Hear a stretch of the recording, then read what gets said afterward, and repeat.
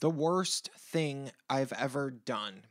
Hey, it's Prince of Queens, and as the year comes to a close and everybody's saying, oh, this is the worst year ever, blah, blah, blah, blah, blah, I figured it would be nice to reflect upon the worst thing that I've ever done, to remind people that I'm no saint and that I do make mistakes too.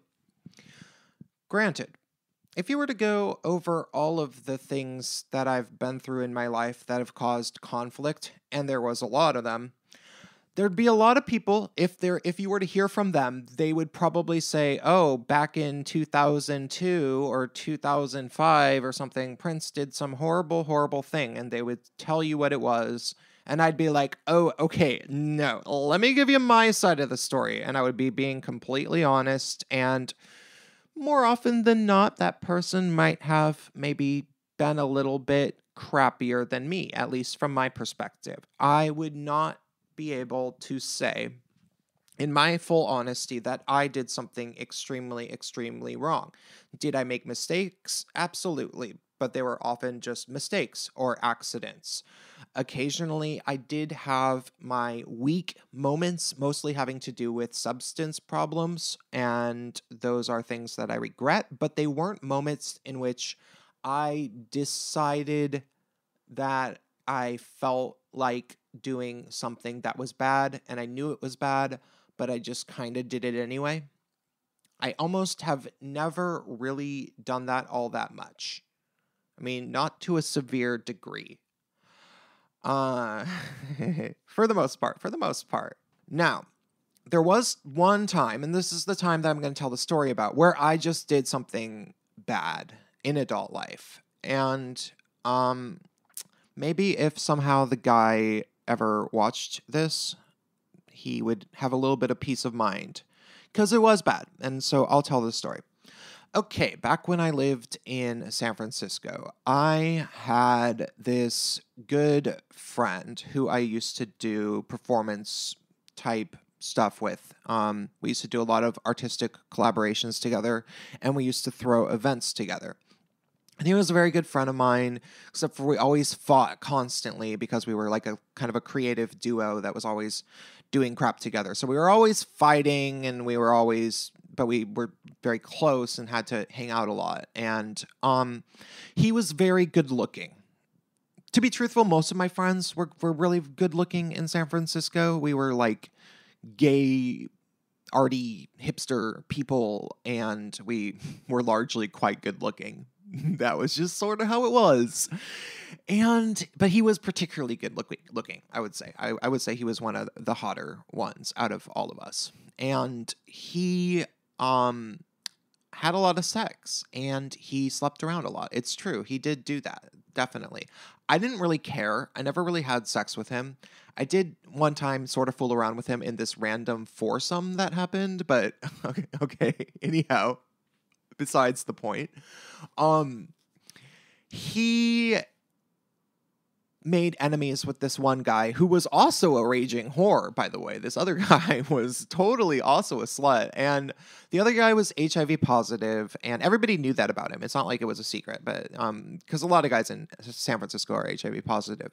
The other guy was HIV positive, and he, I think, maybe did some sort of HIV positive activism. It was like his thing. And so he decided in his head that my friend was having too much sex and was going to start spreading HIV to everybody in San Francisco. I don't know why exactly he had the reason to believe that. I think it really was just that he hated my friend and he was a paranoid person. Like this other guy who I will call Mitchell. Mitchell was a whack job, kind of. Like he would get really, really fired up, and I think that he had mental problems, like, some sort of bipolar type things, like, extreme depression, anxiety, where he would like flip out.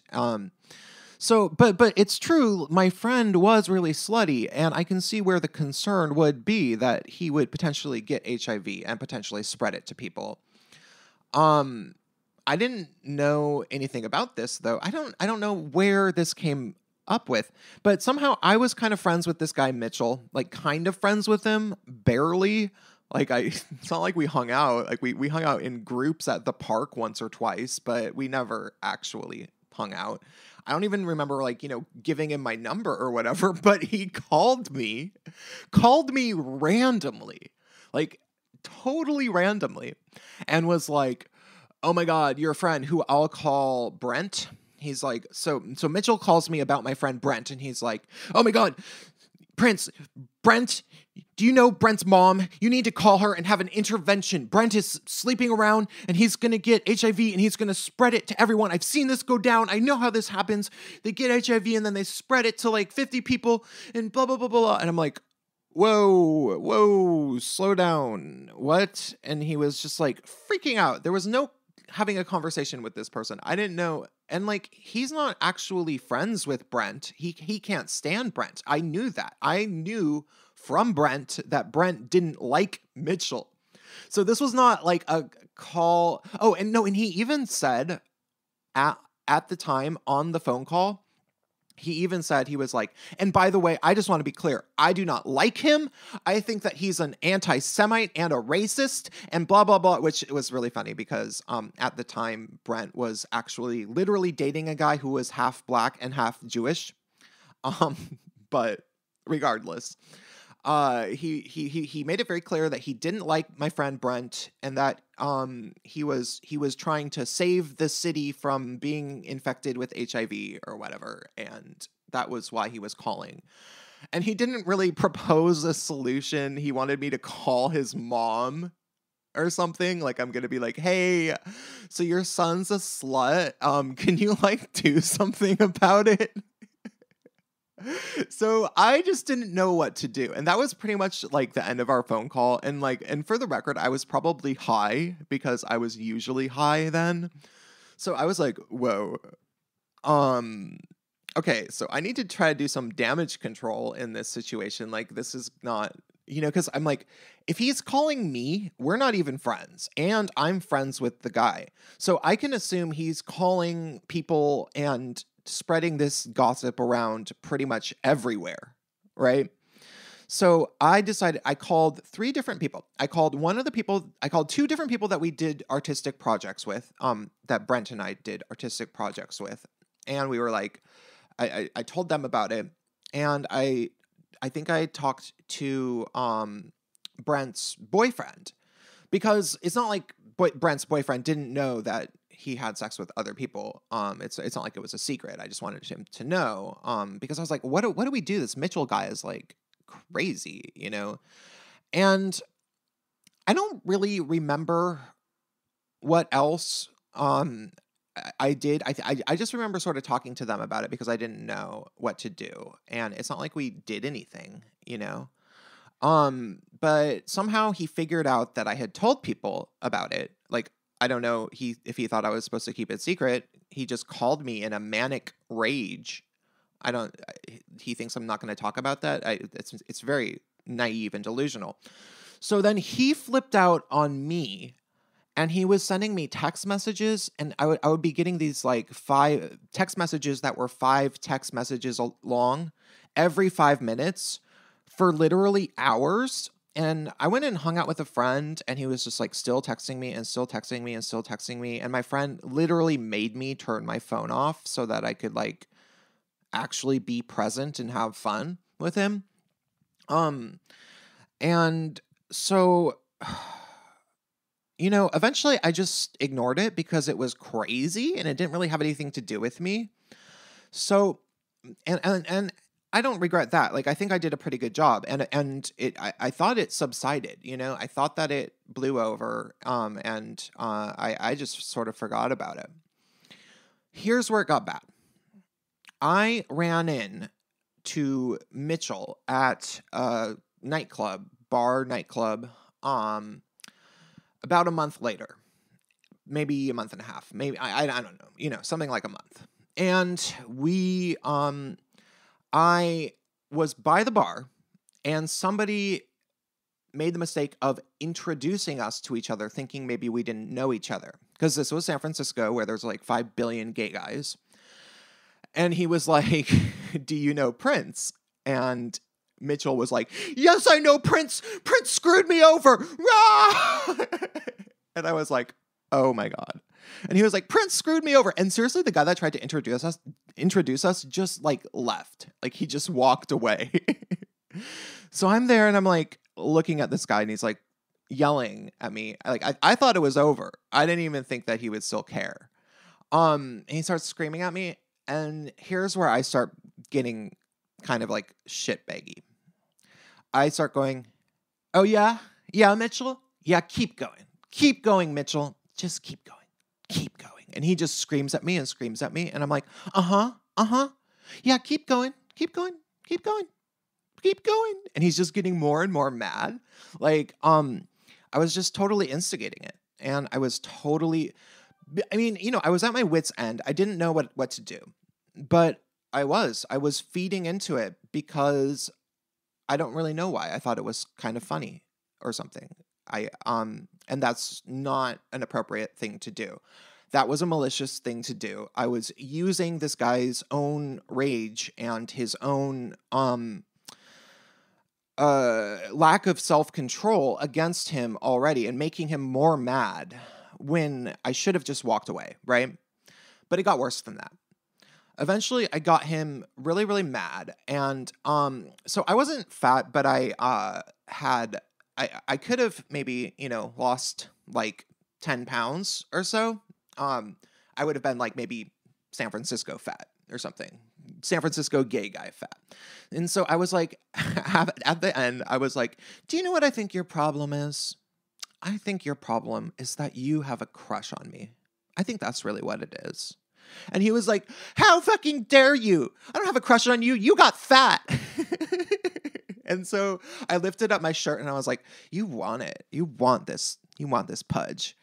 And he was just really, really mad. And I think at that point, then he just walked away from me. And then I decided to get even worse. I don't know why I did it. I don't know why I didn't. I shouldn't have done it.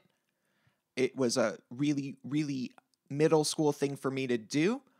But I picked up my phone and I sent him some text messages. And I was like, you want it. You're into me. You want to have sex with me. You're into chubby guys or some shit like that. And I might have even sent I don't want to say I sent him whatever I sent him that I knew would make him freak the fuck out. Right? And he did. He totally did. He was like yelling at me in front of people at the club.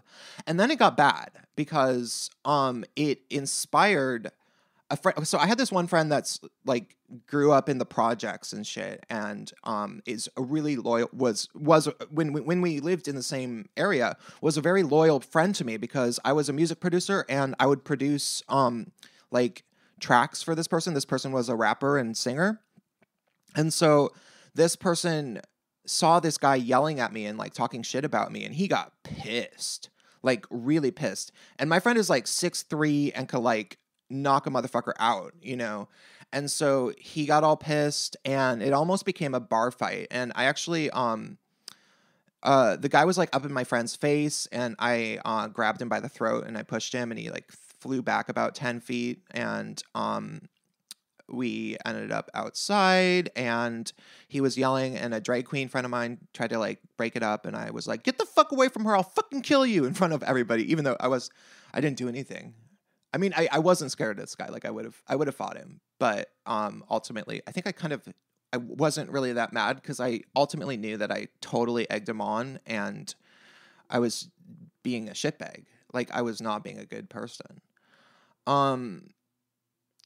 So yeah, I don't remember how it resolved. Eventually somebody calmed him down like months later and convinced him that I wasn't that bad of a person and maybe got him to realize like his role in it. And we ended up seeing each other on the street one time and he like asked me for a cigarette or something and I gave it to him. And then I was like, do you realize who I am? And he was like, oh, Prince, hi. And I'm like, yeah, hi. And it was like we were cool, and I guess we're cool. But that was a really bad thing for me to do. Like he could have actually gotten in a fight with like a ghetto ass gay guy who's like 6'3" who could have knocked him out. And, like, he could have lost teeth or something, like, because of that. And I knew I was doing it. I was being dishonest. In the way that I wasn't confronting the issue any longer. I was purposefully egging on drama because I got sick of him being annoying. And I didn't have any good reason to do that. I didn't. I was in my late 20s. I should have known better. And so that's, honestly about the worst thing that I've ever done in my life. Yeah, a lot of people would say I've probably done something worse. I don't know if I would agree, because if I were to examine those other situations, I would probably say, well, this is why I did it. But in this situation, I did not have a good reason to do it. It was a shitty, shitty thing to do. That's all for this video. I hope that none of you do anything that crappy in 2018. Bye.